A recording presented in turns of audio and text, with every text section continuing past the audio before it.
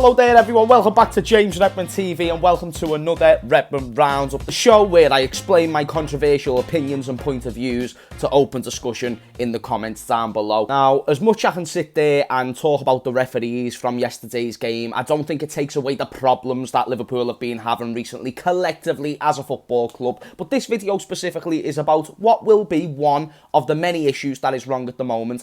And that's Jurgen Klopp, who has just hit his 7th year mark at Liverpool Football Club. 7 years at the club, multiple trophies won, a lot of great memories, some down memories as well. Basically one of those roller coaster journeys that was just more than worth being on. And as that occasion was celebrated 2 days ago, the first result that followed, that occasion was the 3-2 loss against Arsenal yesterday. And that was obviously a very devastating result for many, many reasons. And it really felt like a turning point, kind of like an end of an era, a very tiny, small era, but listen, as Liverpool fans, we were drained for success for years, and the fact that Jurgen Klopp brought that back in circumstances to where we probably shouldn't have even got one Premier League. When you look at the fact that we were competing against such a side like City, it really shows what he has done and how much he's overachieved. But the 7th season syndrome, at the moment, he currently sits 10th in the Premier League. It's his worst start of any season that he's been at Liverpool Football Club after 9 games as well. So even though there's still a long way to go, there's not really many signs to show that this ship is going to be sailing the other direction. And even when you just see him in his interviews, the interview that he done after the Arsenal game, he just looked shattered. He looked dejected. He just didn't look like he wanted to be there in that interview. And that's a very common theme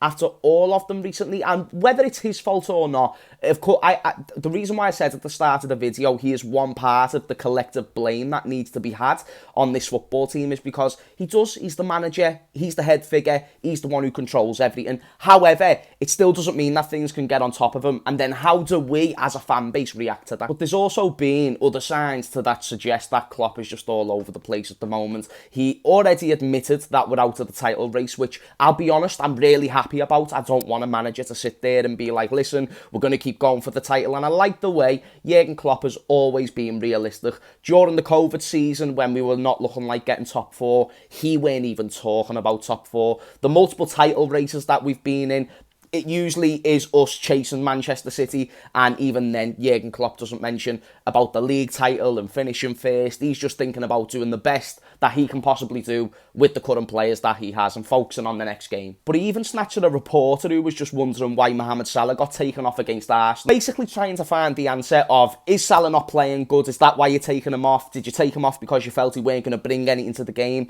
Trying to identify those answers. That I didn't think it was a bad question. I thought it was a more than logical question to ask. By the way, do you know your biggest player at the football club, who's on over 300 grand a week, who you've just signed on a new extension, isn't really doing well in any games that he's played in, getting the odd goal here and there, getting the odd assist, but he's not doing anything miraculous to where he's winning us football matches. Why did you sub him off when you still needed to get the win against Arsenal? Why was that the case? And Jurgen, he's done this before, but he just snatched at him, and then he started talking about the injuries again. As we all know, Arthur is now out for the next 3 to 4 months, which, let's be honest, I think that's just his Liverpool career over before it started. Then followed up with the Trent and Diaz news about how they're probably likely to be missing the next couple of games due to injury. One that includes a huge game against Manchester City, where we're probably going to get battered about 5-0. And listen, Jurgen's not the first manager to be in this position before. There's many other examples, which I'm going to talk about a little bit more in a minute, to managers who have had a really poor season after a really good season. But when you've just got things stacking up like the injury issues that we had at the start of the season, and now if Diaz is out, Diaz has been our brightest spark. How are you supposed to get better when you haven't been winning football matches, you haven't been scoring that many goals with Luis Diaz in the team? Now you've got Trent out as well. Now I think Trent could actually be more beneficial because, weirdly enough, I thought that the substitution against Arsenal, where he brought on Joe Gomez for Trent Alexander-Arnold at half-time, let me know in the comments down below, but chat, I have never seen Jurgen Klopp take off Trent Alexander-Arnold at half-time for anything else other than an injury. And because that was the case again against Arsenal, I think if Trent does have a little injury, it's obviously not ideal because that just lowers and reduces the amount of options that Liverpool have for right-back or for midfield. But now this is a big chance for Joe Gomez to step up and get his place in the team. Joe Gomez, whenever he's played at right-back, has been more than sound for me. More than sound. Not great, not world-class, but more than sound. He's okay going forward. Defensively, he's a lot more astute. He's a lot better in those one-on-one situations. And really, the only bad game I've seen him have recently, or in recent times, has been at centre-back. So, hopefully, this injury to Trent, kind of like the way Trent took over Klein, gives Gomez a chance to try and push himself for the first team. Bear in mind, we've just signed him on a long-term contract. But regardless, the lower amount of options is not ideal for Klopp, and that's why I'm worried about him. I'm worried because he's lashing out at the media, which he's done anyway, but he's doing it a bit more than usual.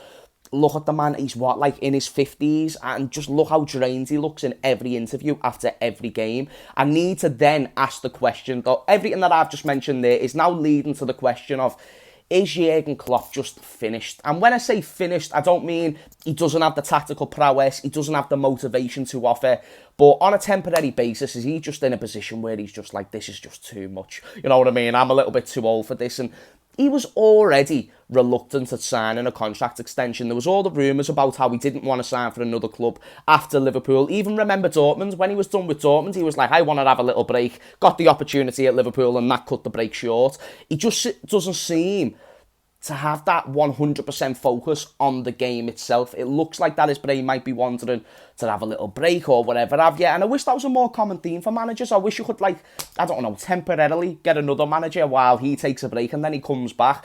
Because it is so constant. It's games every 3 days. It's new preparation. Not much time to really develop the team. And every manager is in the same circumstance. I just think other managers right now have got a different hunger to Jurgen Klopp, which leads to ask the question, how does he get that hunger back? Well, right now he clearly looks defeated. And right now he clearly looks like a man who is running out of solutions. So how do we handle someone who has been so influential on recent history in Liverpool Football Club? Without Jurgen Klopp, we're worse than Leicester in recent history. We're worse than so many teams who can at least say, we've won this, or we've won this. Without Jurgen, we have no bragging rights. We're basically just a glorified Spurs with a couple of Champions Leagues time ago. There's only really two options, so you can either go with the route of what Chelsea did when they sacked Jose Mourinho after they won the league and then they had the poor start and whatnot, and then even Manchester United, where never got sacked, but Sir Alex left, and then Manchester United's team in 13-14 massively dropped off. But I suggest going with the other option. I know this seventh season syndrome. Look at what happened at Mainz, look what happened at Dortmund, and it all went tits up before he left, and he got relegated, and he finished 8th, and whatever, and now it's happening at Liverpool. What we don't know is what happens after that 8th season. What we don't know is, if Jose Mourinho stayed at Chelsea, would they have more Premier Leagues and more Champions League by this point if he stayed? Other than rushing the decision to really fix the short-term solution. If Sir Alex stayed, would Man United have been able to stay on that perch longer? Now, listen, I do not know. But what I want to see from a man who, let's be honest, people, when Jurgen Klopp joined this club, we were in disarray. We were feeling how Jurgen Klopp's feeling right now, down in the dumps. Didn't know when the next trophy was. We didn't know when we were next going to see one. And then he comes in and just instantly, the first line that comes out of his mouth is, we have to turn from doubters to believers. Now, however much that makes you sick and throw up in your mouth, or how much you love that statement, he really brought that to the fans. He brought the energy back. He brought the atmosphere. He brought the right culture. He suits the culture of the football club. So in a time like that, where this man, this one figure, has done so much for us, the one time that he feels dejected, do you either give up on him and find someone else who's going to be better in the short term, or do you think it's our duty as a fan base to return him a favour?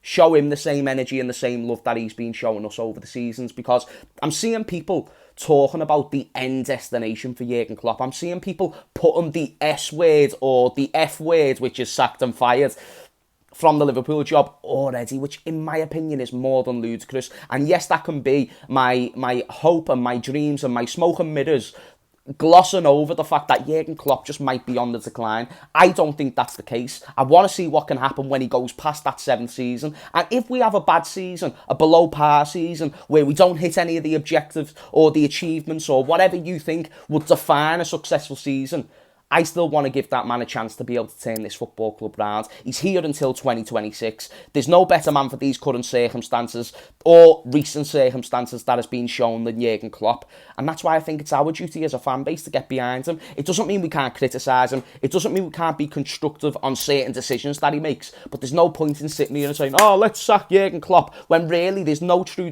a Liverpool without Jurgen Klopp has been a very, very shit Liverpool. With the best we got and the closest we got was when Rafa Benitez was the manager. Similar story, Man United were well better than us, and Rafa didn't have the tactical prowess or the motivation to bring us to compete with them season in, season out. At least Jurgen Klopp has taken it a step further to where He's missed out on the league by, what, a point on 2 different occasions. Actually got a Premier League, 3 Champions League finals. Just think about if you make that man a long-term solution with better resources, as Liverpool are trying to build, where you get to a point where you can make bigger transfers, get bigger squads. We were in a poor position when Klopp came in. We're now in a much better position. We just think we should be in an even better position based on the overachievements that Jurgen Klopp has gave us. So the question I have for you, the Redmond's Army, because I know I've rambled for time, do you think that if the form continues the way it is, that we should sack Jurgen Klopp? Say if he finishes 9th, do you think he should go? Or do you think he should stay? And if you don't think he should stay, do you think it's defeated mentality? If you do think he should stay, does that mean you think he can overcome it? I am going to go with the latter. I believe he can overcome it. And I just hope that love and that passion that I have for him doesn't bite me in the ass, because it very well could. But I'd rather go on that than let him go and then Liverpool are just back to being mediocre, which in this current time we are. But I just think Jurgen Klopp can take us out of it, people. So let me know in the comments down below. That has been today's Redmond Roundup. We've delved into a big topic there. I feel like it was one that was needed. And I just want to let you know, Jurgen, if you're watching this, I know you look shattered, but I've got your back, son. I've got your back. I believe you're the best manager in the world. In my Liverpool heart, not statistically and not on paper and not trophy-wise, but in my heart and in my soul, that is the manager for my football club. And I'll do this video and defend him till the cows come home. And until I've seen a lot longer of a case study of him being shit, I'm not even going to think about letting that man go right there. He's got a lifetime contract at this football club as far as I'm concerned. But anyway, people, let me know about the good things of Jurgen Klopp, the bad things of Jurgen Klopp. Should he stay? Should he go? How much more time should we give him? It's one big discussion. But thank you for watching this video. I know it's been a devastating few days. You know I always try and bring the good vibes to this channel. And hopefully we can continue to do that over the next few days. Anyway, people, thank you for watching. And I will see you all in a bit. Peace.